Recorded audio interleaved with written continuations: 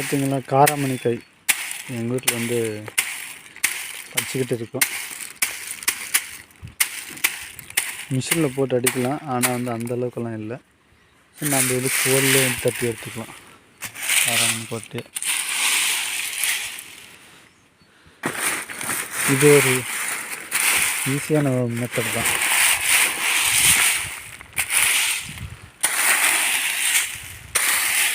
எல்லாத்தையும் ஒன்றா சேர்த்து இப்படி அடிச்சுக்கிட்டே இருந்தால் தெரியுதா, இதோட கொட்டெல்லாம் வந்து கீழே விழுந்துடும். அதுக்கப்புறம் அதை எடுத்து நாம் கல் மண்ணெல்லாம் பார்த்துட்டு ஜலிச்சு, அதாவது ஜல்லடை பிடிக்கும்ல, அதுக்கு அந்த ஜல்லடை போட்டு நம்ம வந்து நல்ல கொட்டை மட்டும் எடுத்து தனியாக வச்சுக்கலாம். மறுபடியும் நட்டுக்கலாம்.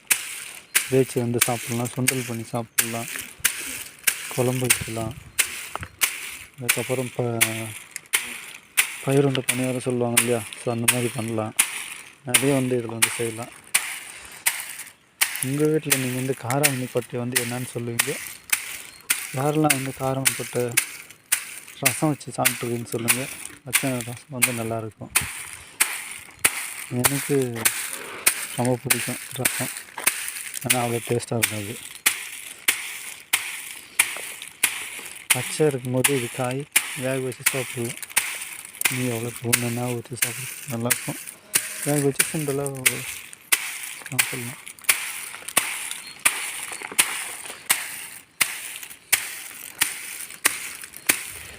நேற்று பார்த்திங்கன்னா உளுத்தங்காய் வந்துடுச்சோம். இன்றைக்கி காராமணி எங்கள் அம்மா நான் சரி சுத்தம் பண்ணுறோம்.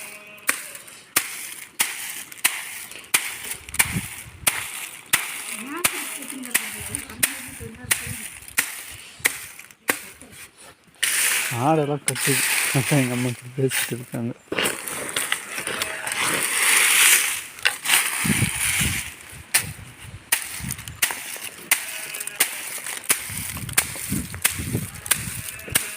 நல்லா இதை வந்து காய விட்டுருணும். செடியிலையும் நல்லா காஞ்சிட்டு, காஞ்சி பண்ணால் ஏற்றுன்னு வந்து வெயிலில் போட்டு காய வச்சு வைக்கணும்.